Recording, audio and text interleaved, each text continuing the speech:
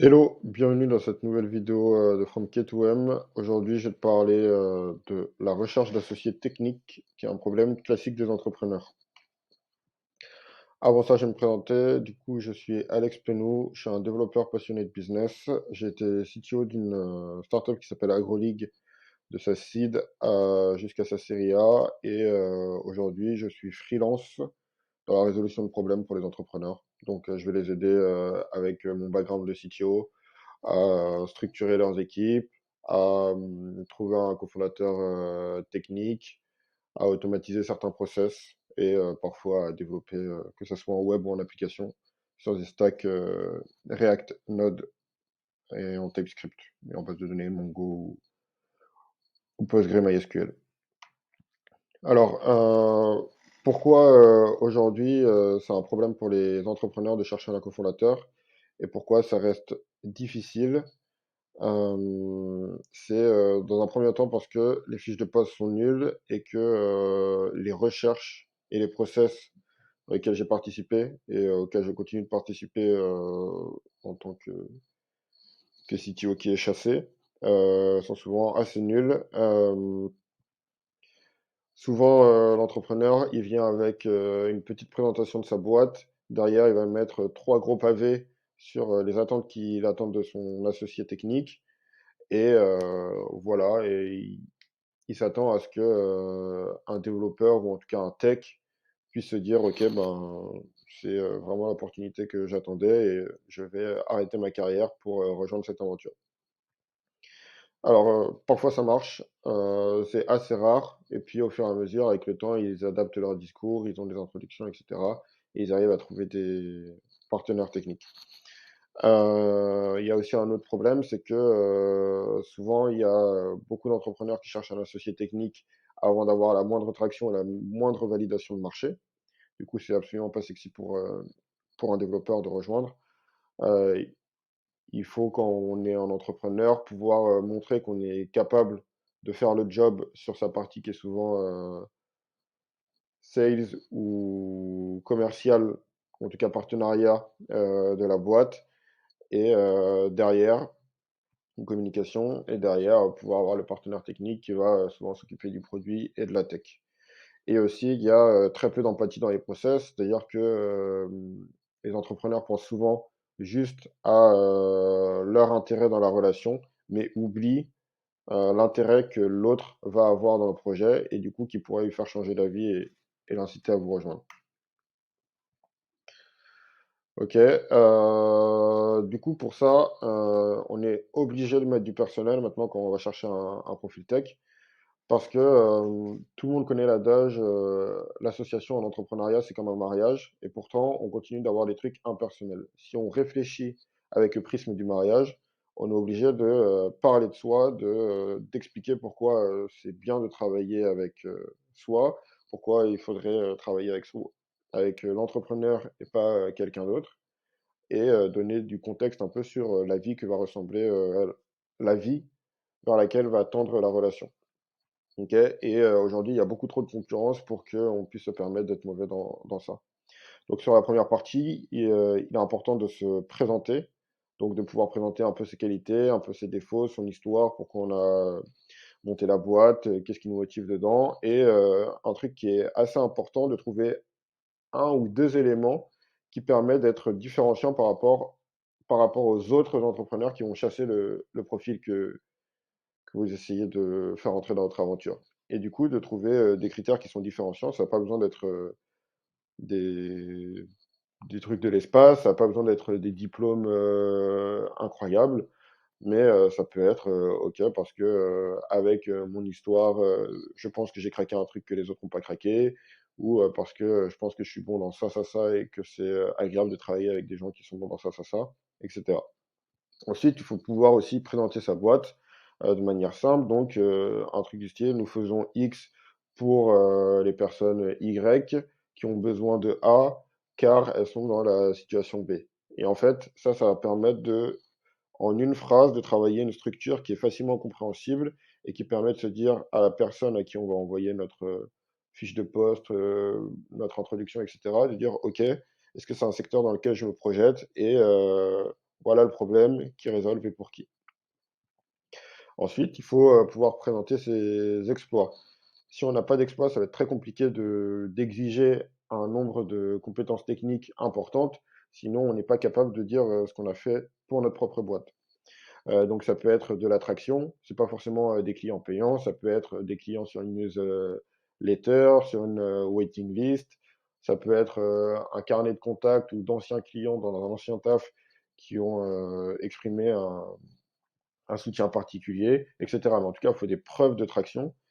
Ça peut être un début de produit, ça peut être des produits en no-code, ça peut être un produit qui a été bricolé avec divers outils, ça peut être un soutien aussi de certains investisseurs, de certains BA, de futurs clients qui font des promesses d'achat, ou tout simplement des finances avec de la levée de fonds, avec de l'argent investi en propre, en cash, de la love money, etc. Ensuite, je pense que c'est très important de parler des missions et du début de la relation, comment elle va se structurer. Donc, quels sont les besoins urgents, quelles sont les premières missions et grosso modo, le premier mois ou les 2 premiers mois quand tu vas rentrer dans la boîte, ça va ressembler à ça ton quotidien et voilà ce qu'on va essayer d'accomplir, etc. Ce qui va permettre à la personne à qui vous parlez de se projeter sur quelque chose de plus concret, de plus palpable, et aussi de pouvoir alimenter une discussion sur les premières étapes qui vont vous permettre de sentir un peu comment vous travaillez ensemble. Et après, il faut trouver un truc très important et qui est souvent négligé, des avantages concrets, efficaces pour rejoindre. Donc il y a plusieurs exemples. Là, ça peut être des responsabilités, de permettre à des profils qui sont plus juniors de monter plus rapidement en responsabilité parce qu'ils vont monter avec la croissance de la boîte. Ça peut être le fait de choisir ses collègues et de se dire, OK, ben, c'est moi qui vais me charger des recrutements, donc je vais pouvoir vraiment choisir avec qui je travaille et pas subir les gens avec qui je travaille, comme quand je suis dans une entreprise classique. Ça peut être de restructurer un secteur ou de changer un secteur qui peut motiver des gens.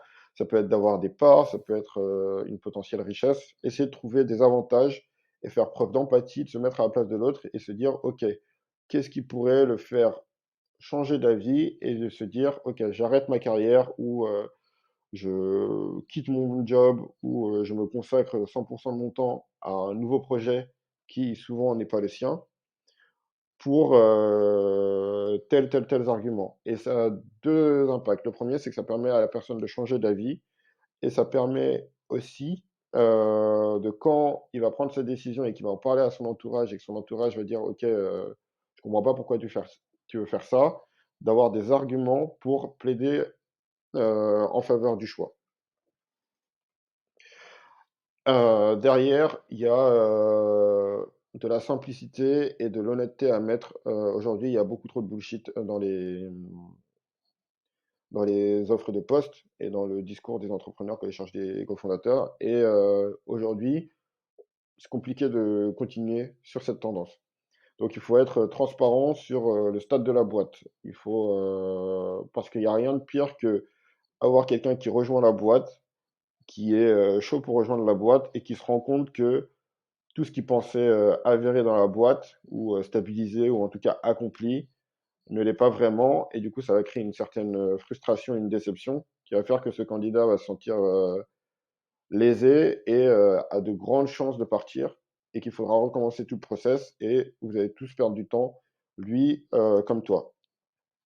Deuxième, je pense que c'est la vision. Il faut réussir à avoir une vision assez simple pour pouvoir la transmettre efficacement de ce que tu vises à 5 ans. Donc tu dis, OK, dans 5 ans, j'aimerais avoir une boîte qui fait ça, ça, ça, et ou être sur tel positionnement marché, ou être tant dans ma boîte, ou avoir tant de revenus, etc., pour permettre à la personne de se projeter sur un horizon long terme, moyen terme.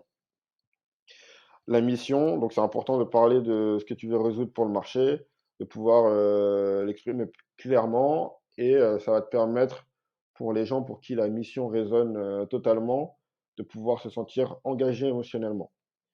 Il y a un autre truc aussi qui est très important, c'est apprendre tes métriques. Il faut que tu puisses avoir des métriques. Quand tu parles à des techs, on est des personnes qui sont habituées à avoir des systèmes qui sont logiques et chiffrés. Si tu parles métriques et que tes métriques, elles sont claires et qu'on voit que tu maîtrises tes métriques, pourquoi ça va être un avantage pour toi? parce que ça permet de se dire, OK, bah, en fait, il y a un langage commun qui sont les chiffres et qui sont décorrélés de toute émotion, tu vois, on peut pas vraiment mentir avec les chiffres, sur lesquels on va se baser et qui résonnent beaucoup plus pour certains techs. T'as pas besoin de connaître 3000 chiffres sur ta boîte, mais déjà, si tu connais tes chiffres marchés, si tu connais tes chiffres de croissance, si tu connais, je sais pas, des chiffres d'acquisition, si tu connais ton churn, si jamais tu as déjà du CA, si tu connais quelques métriques, mais que tu les connais bien et que tu comprends ce qu'elles veulent dire et que tu as une vision qui est un peu data-driven, ou data-informed, ça va te permettre d'être vu comme quelque chose. Ça va te permettre d'être bien vu par des profils tech. Pas hésiter à parler de ces difficultés passées et actuelles et comment on les a résolu, ça va permettre au tech qui a l'habitude de résoudre des problèmes, parce qu'au final, la tech, c'est on a un cahier des charges et par rapport à ce cahier des charges, il faut résoudre des problèmes, se projeter et de voir un peu ton schéma de pensée et un peu comment tu gères les difficultés qui vont jalonner l'évolution de ton projet et de ton entreprise. Et après, un autre truc, c'est qu'il faut arrêter de faire des pavés comme ça sur des moutons à cinq pattes, parce que souvent, les gens qui répondent à tous ces critères, ils ont des projets beaucoup plus intéressants que les vôtres, avec des stades d'avancement beaucoup plus sûrs que vos projets, et du coup, c'est très compliqué. Il vaut mieux avoir des attentes qui sont plus réduites, mais qui sont très précises, pour avoir plus de chances de trouver un bon profil, et après, pour les attentes auxquelles il ne va pas répondre, pouvoir se faire accompagner, se faire aider ou monter en compétences au fur et à mesure que la boîte évolue. En bonus, je voulais parler d'efficacité et d'automatisme. Je voulais parler notamment sur c'est important d'avoir une fiche de poste avec un lien qui est simple à partager. Donc pour ça, vous pouvez faire une page Notion, un document, un Google Doc, un Google Slide, comme vous voulez, une vidéo, un audio, mais en tout cas, il faut quelque chose de simple que vous avez écrit, que vous maîtrisez et que vous allez pouvoir partager ou que les personnes qui vont voir des introductions vont pouvoir partager facilement. Ça va vous permettre de gagner énormément de temps. Si vous faites tout le temps la même présentation de 25 minutes à tous les candidats, faites une vidéo de 15 minutes qui synthétise vos 25 minutes avec des schémas pour tout ce qui est compliqué. Vous l'envoyez au candidat en même temps que vous calez le rendez-vous. Et puis comme ça, quand vous allez en rendez-vous avec le prochain profil, il connaît déjà beaucoup plus de contexte sur votre boîte et vous allez perdre beaucoup moins de temps. Et ça va être encore plus pertinent que si vous résumez votre boîte. Ça me permet de faire une transition sur ne pas perdre de temps inutilement. Euh, un truc qui est très important, c'est dans vos process, que ça soit le plus efficace possible pour vous comme pour le candidat. Donc ça veut dire que si vous avez un candidat que vous ne sentez pas, pour X ou Y raison, n'hésitez pas à cut un call de 1 heure en 10 minutes pour dire, OK, bah en fait, je pense que ça va pas le faire pour X, Y, Z raison. Si jamais il y a des trucs, vous pouvez faire quelque chose pour lui et lui apporter de la valeur, vous en profitez pour apporter de la valeur. Et puis vous êtes très transparent. Ça va être bien vu parce que derrière, ça va permettre au candidat de ne pas perdre de temps dans des process qui n'iront nulle part. Vous, ça va vous permettre de gagner du temps et d'avancer. Et surtout, ça va montrer votre professionnalisme et votre détermination à faire des choses efficaces. Donc derrière, on va pouvoir suivre sur le follow-up systématique.